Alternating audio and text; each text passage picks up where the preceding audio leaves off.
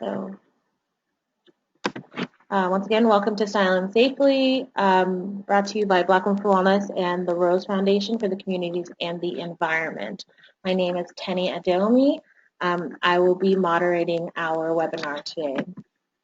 Once again, Black Women for Wellness is a nonprofit organization located in South Los Angeles, focused around the health, well-being, and empowerment of Black women and girls. We have a whole host of programming from reproductive justice, sexual health and youth empowerment, environmental justice, which is what our Stylin Safely program is housed under.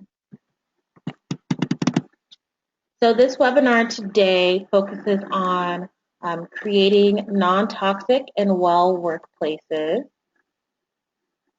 from exercises to alleviate pain, how to use protective equipment, how to improve air quality in your salon. And if you're interested in becoming a healthier salon, this webinar is definitely for you.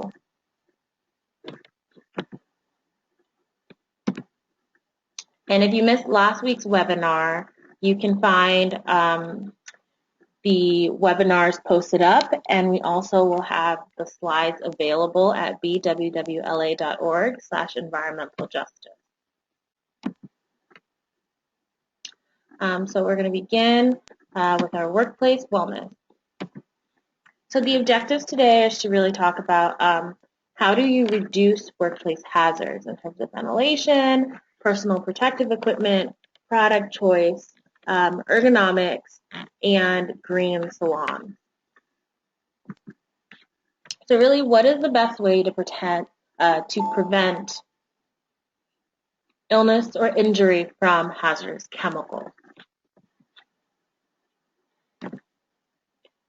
So the 5 ways really to reduce chemical hazards are to avoid hazardous chemicals, isolate the work process, use ventilation, work in a safer way, and use personal protective equipment.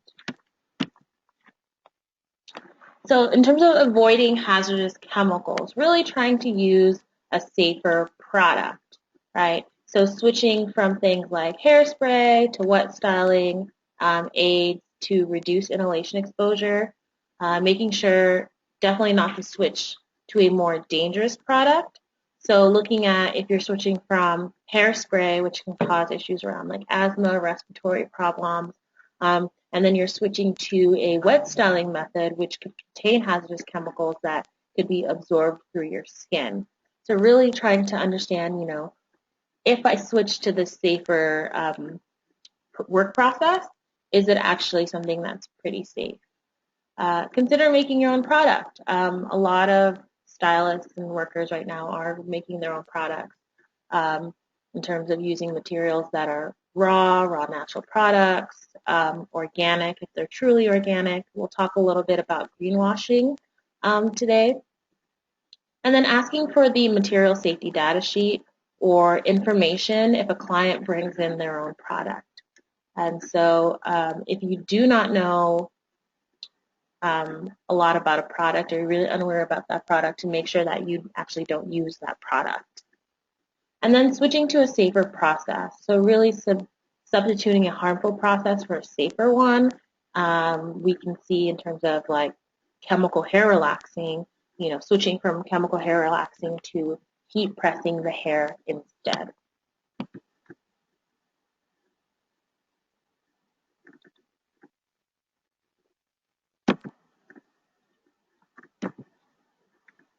So then avoiding hazardous chemicals. So isolating the work process. So really doing the work away from other people. So making sure if you're mixing your chemical to do that in a separate room with some pretty good ventilation and having your proper personal protective equipment. So if you're in a salon setting and you're doing nails, making sure to do the nails in a separate area so that people are not exposed to whatever that process is, negative exposure to that process.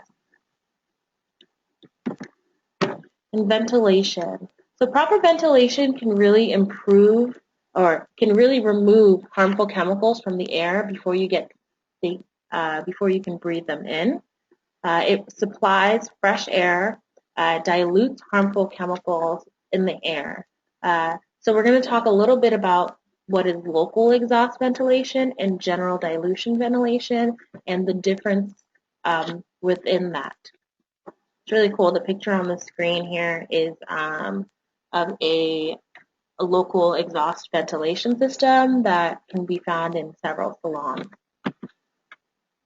So local exhaust ventilation. So that's actually the most effective type of ventilation. It removes harmful chemicals from the air where they are being used.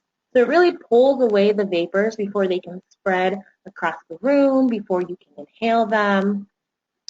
It contains a hood, ducts, fan, and sometimes an air cleaner. And so this is an example of this could be a vented manicure table in which the air is actually pulled away from, there's air, or the air and the toxic are pulled away before they can be breathed in by the consumer and also the stylist themselves.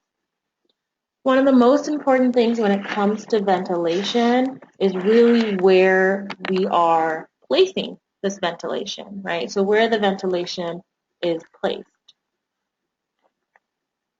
And so you want to put your ventilation system close to where the vapor or the dust is produced.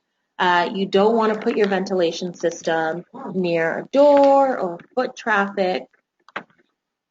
And you don't want to put a fan in front of your local exhaust ventilation system. You want to definitely place it so that it draws the vapors away from you and not past your nose or your mouth. And if you're able to, really consult an industrial hygienist or health and safety professional. And if you're considering doing a ventilation system in your salon, you can definitely contact Black Women for Wellness. I'm an industrial hygienist, and I can definitely share some local industrial hygienists who can really help in terms of showing how to set up a local exhaust ventilation system. So general dilution. So general dilution brings fresh air into the room and dilutes harmful substances.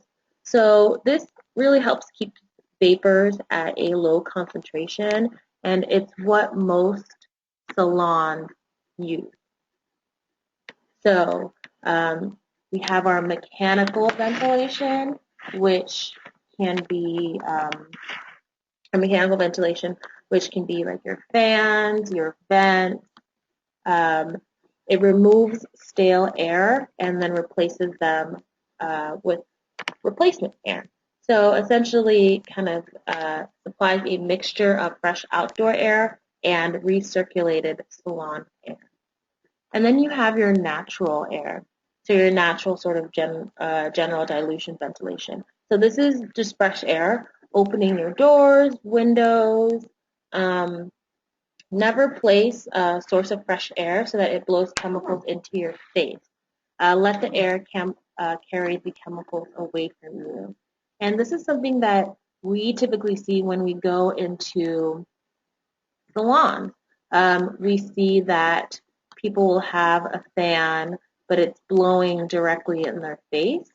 And unfortunately, that isn't helping, right? That is actually pushing the chemicals back into your face, into your breathing zone. So making sure that things are not pushing into your face, but they're kind of blowing past your face. And then working in a safe way. So really following safe work practices, and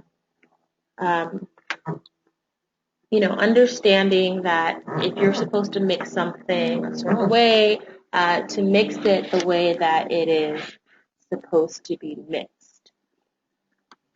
And then setting up a written list of do's and don'ts of every operation. This is really important too in terms of understanding,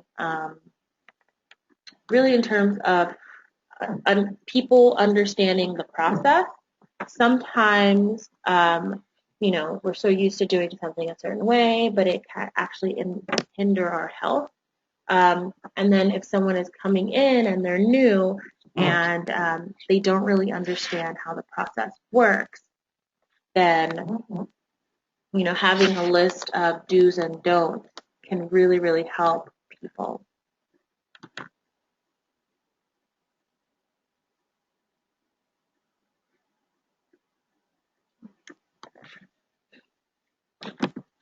So next, a really important piece is the storage and disposal of products.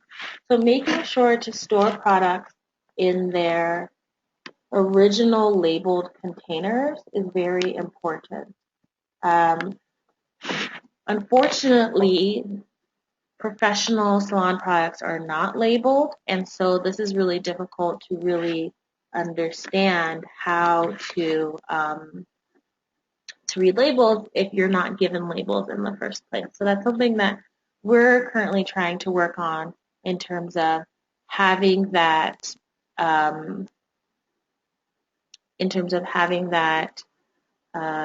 law go into place. So making sure to close containers securely, also very important. And making sure not to store chemicals near heat or sunlight, and not to store chemicals near food or mix products, or use a special area. Definitely use a special area for mixing the product. And not pour chemicals down the sink. In some places, it's actually illegal to pour certain chemicals down the sink. So really understanding what is the best disposal method at your salon for disposing of toxic chemicals. And definitely checking your SDS sheet to really understand what is the best disposal method.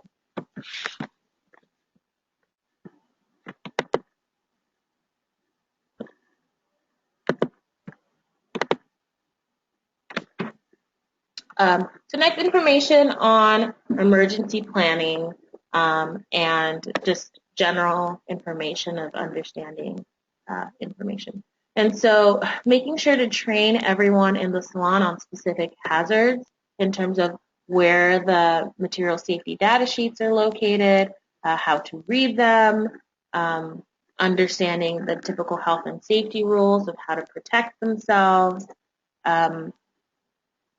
So kind of a quick show of hands, how many people have a sort of emergency planning procedure at their workplace? And then if you do, kind of write in there what that emergency planning procedure is. So I'll give about a minute for that.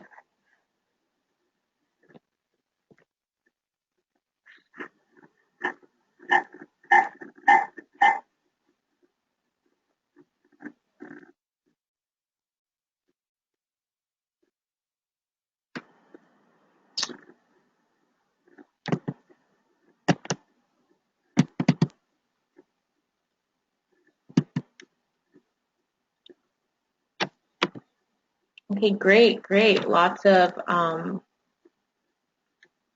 some people definitely having an emergency planning procedure, understanding where their fire exits are. And a few people who don't have any. And so it's really important, no matter your workplace, to really have a emergency planning and prevention and care program.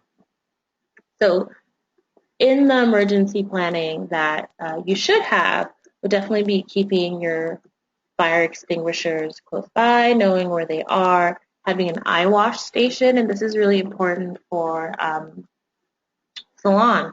in case you're mixing your chemicals, you're mixing your products, something splashes in your eye. Definitely being able to go to the eye wash station and flush out your eye in a timely manner.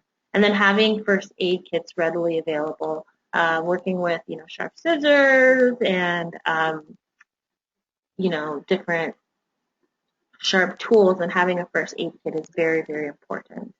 And then knowing what to do in an emergency. So if you get a hazardous chemical on your skin, knowing, to remove the affected clothing, to flush your skin with water for about 15 minutes, and then to get medical attention as soon as possible if it's necessary. And personal protective equipment. So personal protective equipment is equipment designed to protect you from chemicals by essentially placing a barrier between you and the chemical. So your gloves, your aprons, your goggles, and dust masks.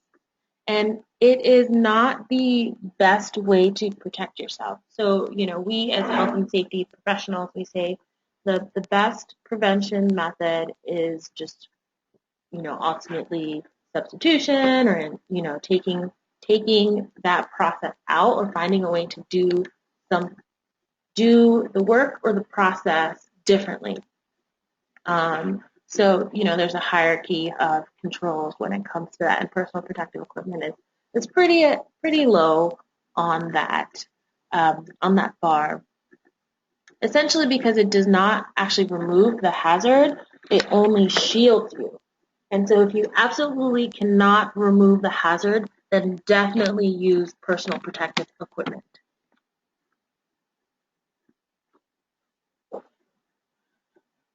So some personal protective equipment include gloves. So making sure to use special gloves that protect your arms and forearms, especially if you're washing hair and you're going to have to really kind of get in there, especially in the sink. And using not ordinary gloves, but ones designed for chemicals. Gloves can keep out chemicals, but only for a limited amount of time. So making sure to change gloves often, about every 15 minutes or so, and then throwing them away after use. So a lot of times we see people kind of reusing the gloves that they've already used. They've gone through and they've done a process and they've taken the gloves off, and then they'll put the gloves back on. I'm really making sure that you're going to throw away those gloves and then put on new ones.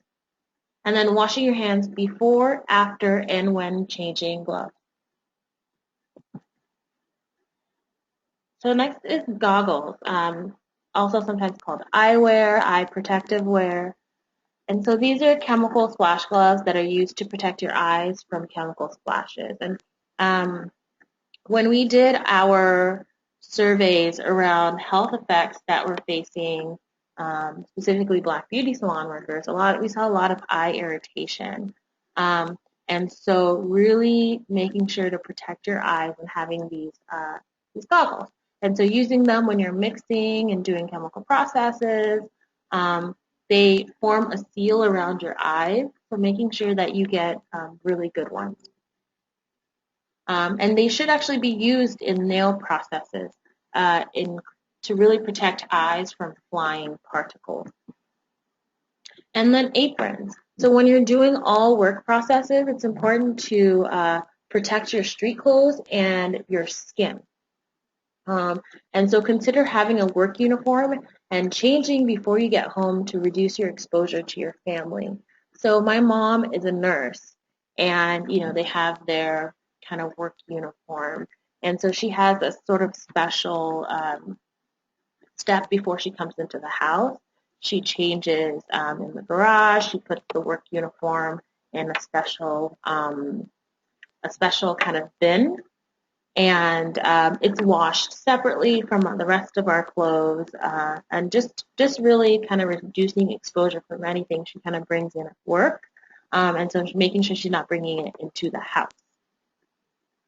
And for chemical processes, plastic smock is the best, but making sure not to use a plastic apron when you're doing a thermal or heat process. And I don't think I have to really explain why. Um, but really, if you're heat and plastic, it can cause a lot of issues. And then using dust masks and understanding that dust masks will only protect from dust. Dust or sort of these large particles. So when you're doing nail processes, and there are these chemical vapors, things you can smell from like the acetone or from all these other procedures, really understanding that your dust mask will not protect you from that, but it will protect you from, if you're doing acrylic nails and you have to file down the nails, that is what essentially it will protect you from.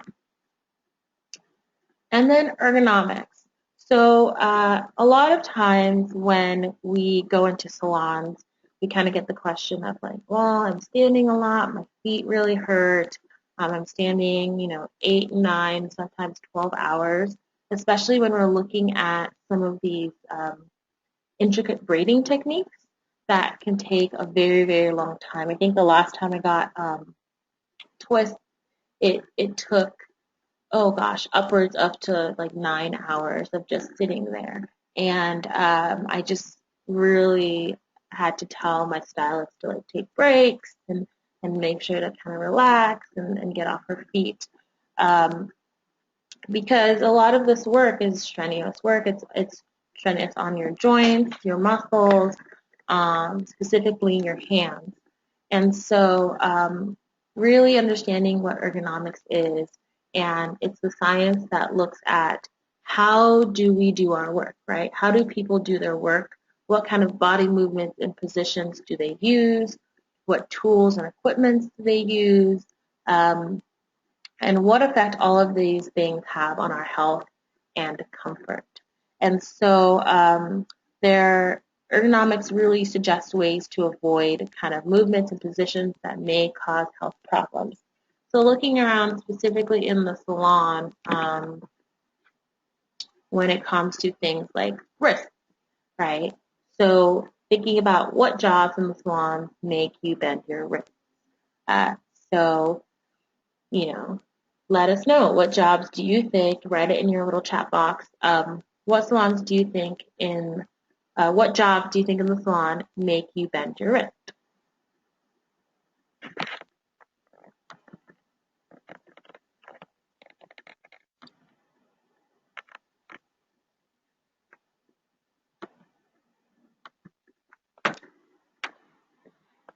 Yeah, definitely washing hair, cutting, cutting.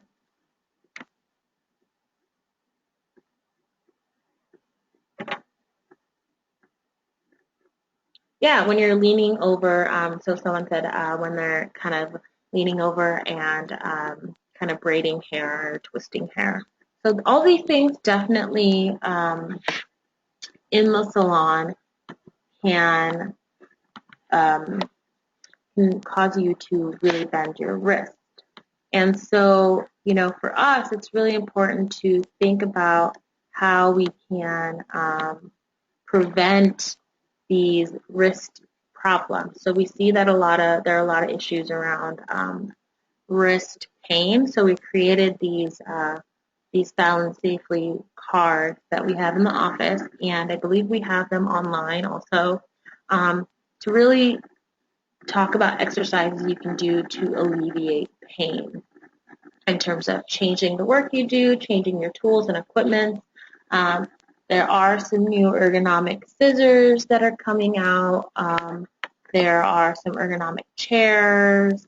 Fatigue mats are now, I think they've been available for a while, but using fatigue mats and making sure to change them after a while.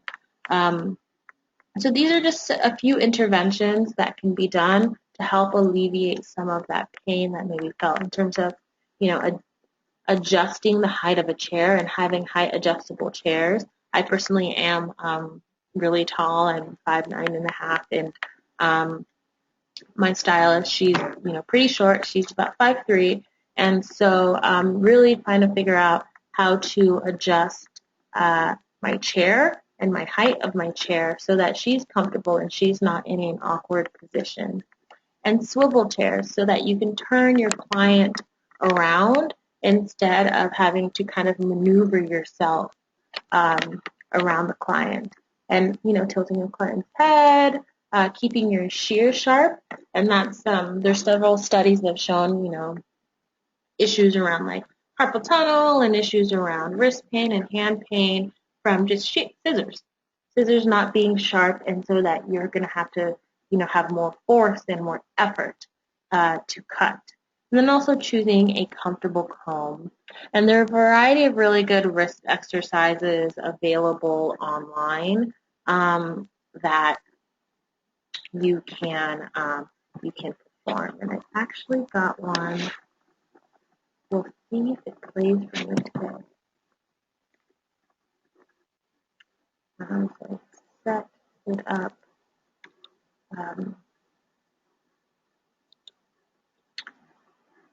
The following exercise is for office workers who use the computer. So this one is a great wrist exercise. You just kind of got to go through it. The following exercise is also called wrist wrestling. Let's link our fingers together. Squeeze the left hand with our right hand and the right hand with our left hand and start making large wrist circles, as if the right and left hand are wrestling each other. One hand pushes and the second one pushes against it. Both of your hands are slightly tense, and relax the hands. Leave the fingers linked. Let's do some more wrist circles, completely relaxed. And let's do wrist circles on the other side. One hand pushes the other, and the other one pushes back. The hands are slightly tense. The movement is slow, but strong. Feel the wrist area, and stop the movement. Bring our hands to our lap and relax them for a while.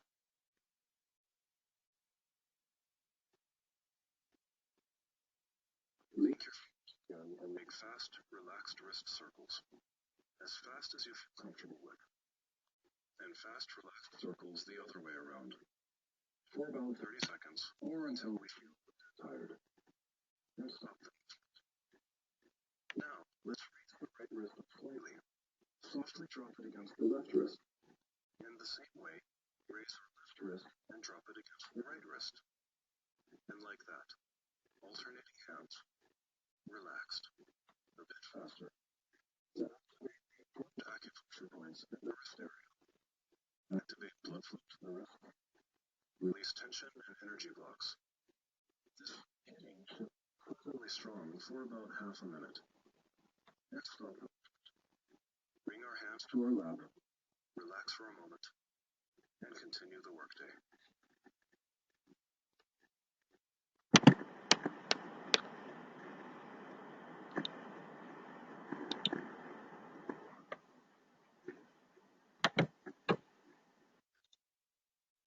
Wrist stretching and strengthening.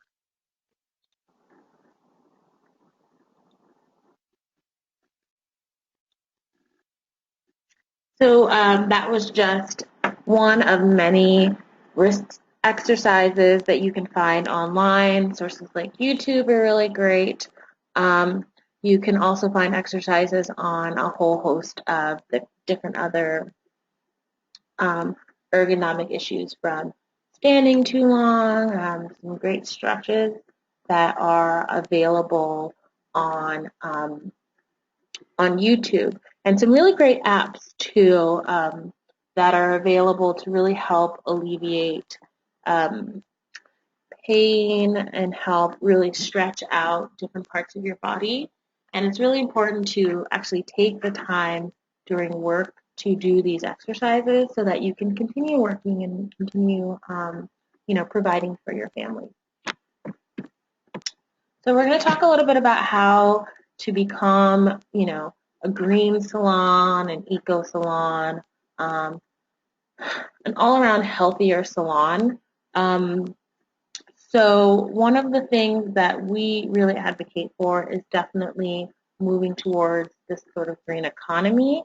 And we know that certain communities, specifically low income and communities of color, have not been sometimes given the resources or the ability to move into this green economy. And so one of the things is Black Women for Wellness, we are definitely about making sure that our community kind of moves into this new emerging green economy, and products are accessible, safe, that the safe choice is always the easy choice.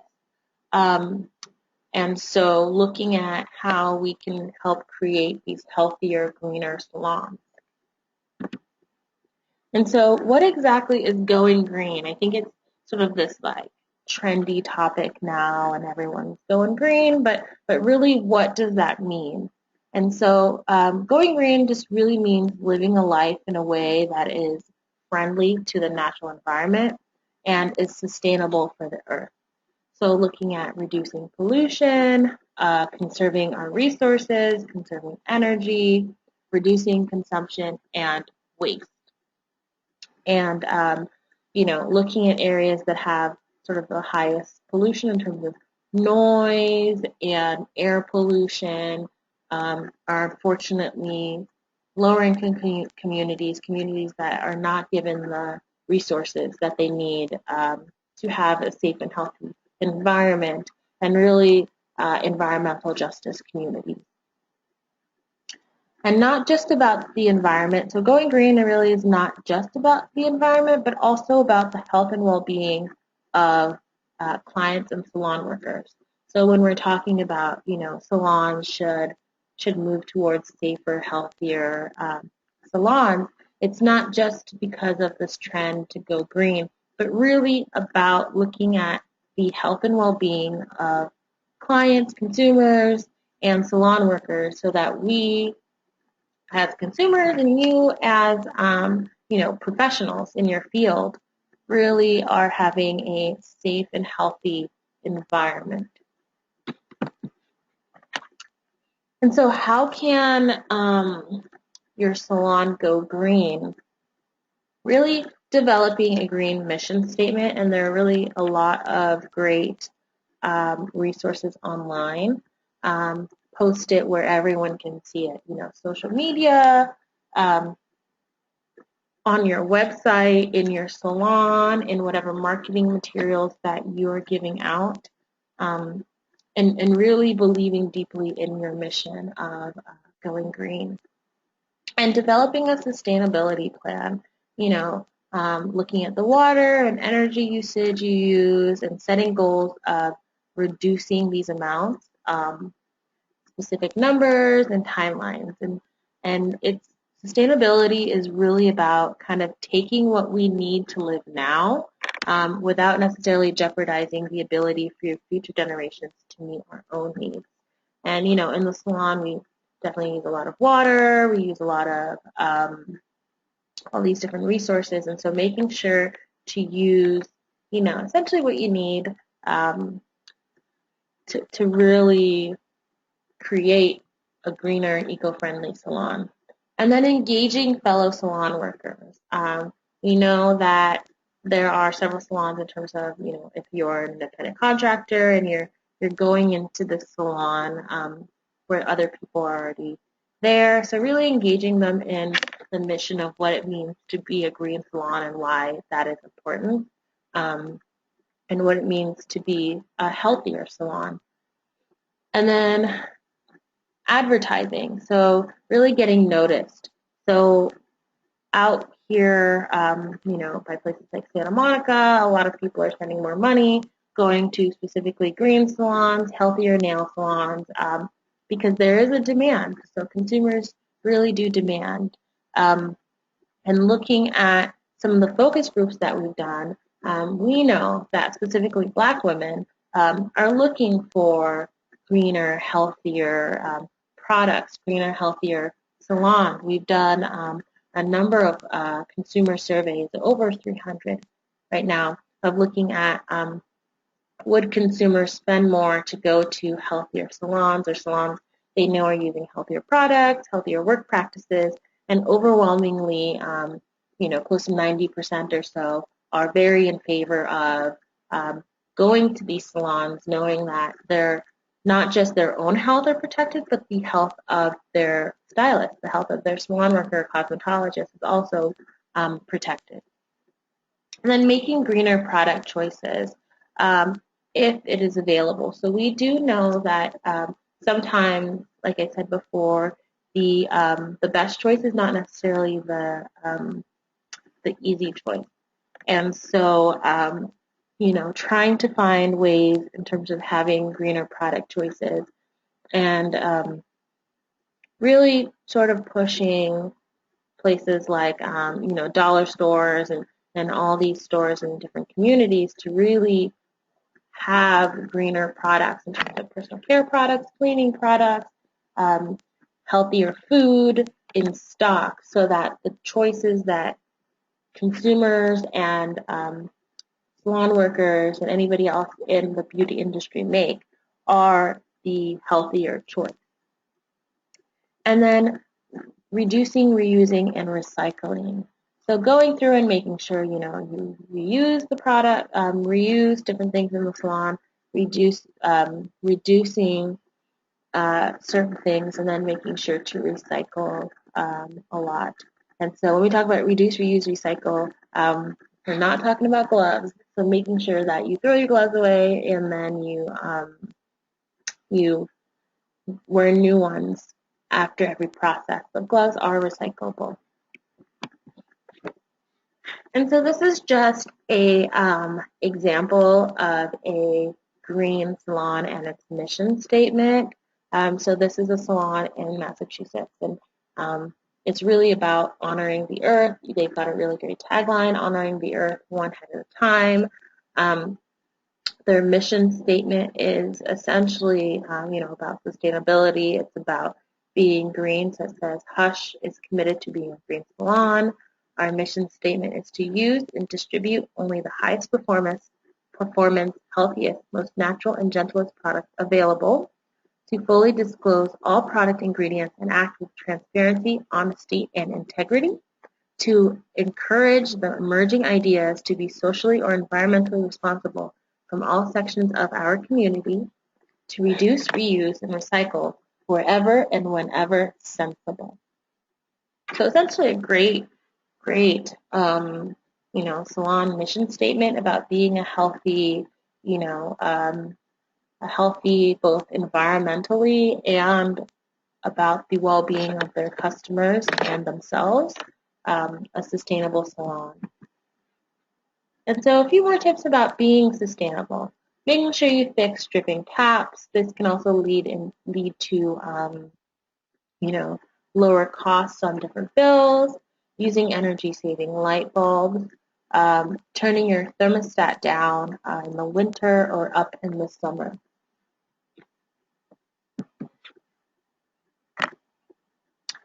And then making greener product choices. Like I said a little earlier, it is difficult depending on where you live, socioeconomic status, and some other things to really make safer, more natural product choices. And it's something that we specifically at Black Women for Wellness really look at in terms of, what can we do as activists and advocates for health to really make sure that the products in our community are the safest. They are labeled with full ingredient disclosure. And what can we do as a community-based organization to make sure that our community has the resources to really make greener choices? And, I'm going to say it again, but that the safest choice is the easiest choice, or the easiest choice is the safest choice. So, more specifically looking at different products. So using ammonia-free colors to your hair, less risk to your clients and the stylist's hair or health. Thinking about hair so much. Using formaldehyde-free products, reducing irritation and breathing difficulty for both stylists and clients. And using sulfate-free products, so reducing harsh detergents that can inflame the skin and the scalp, helping it retain natural oils. reducing products with fragrances. So really trying to phase out fragrance as a whole. Um, One of the things as community organizations in terms of trying to push past using fragrances, a lot of studies have found, increasing number of studies have found issues around fragrances. And, when it says fragrance on a label, it can be a whole host of different chemicals and chemical combinations.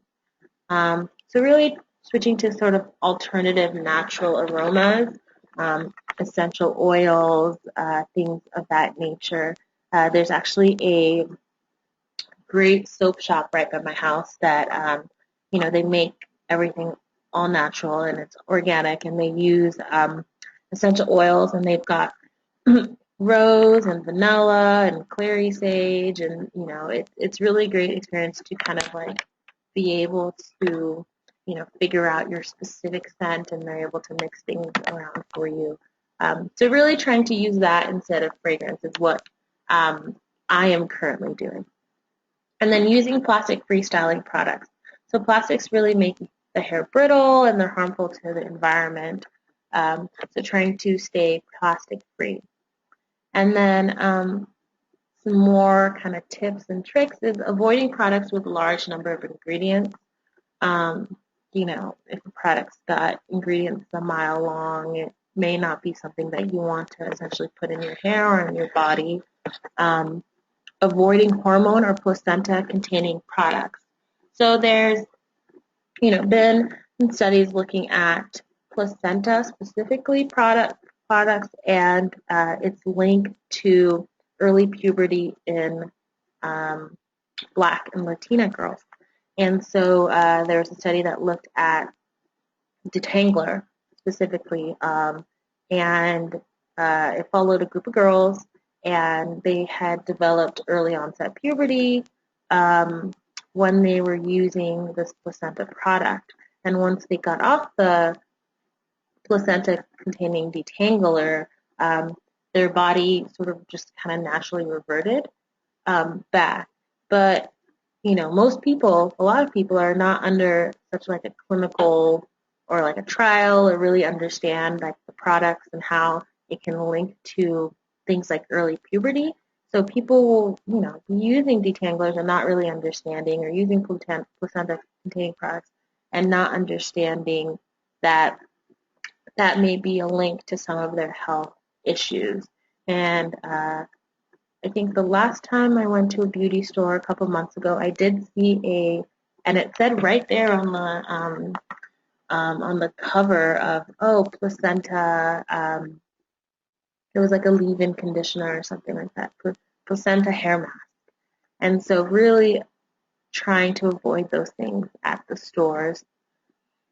And then using raw or all natural products. Um, if you're trying to stay away from chemicals or hazardous chemicals and substances, making sure to use um, as much as possible raw or all natural products. And then toxic trio free nail polish. Now there's, I think, toxic 5, toxic 7 free nail polish. So really looking at safe and healthier nail polishes. And so these are just a few sort of natural things that are really great in terms of when we go out there and do kind of demonstrations in DIY, how you can make your own products. Shea butter, natural shea butter. My mom travels to Nigeria, and every time she comes back, I'm like, bring a whole hunk of, raw shea butter, chamomile, sunflower oil, avocado oil. All these things are great in terms of making your own products.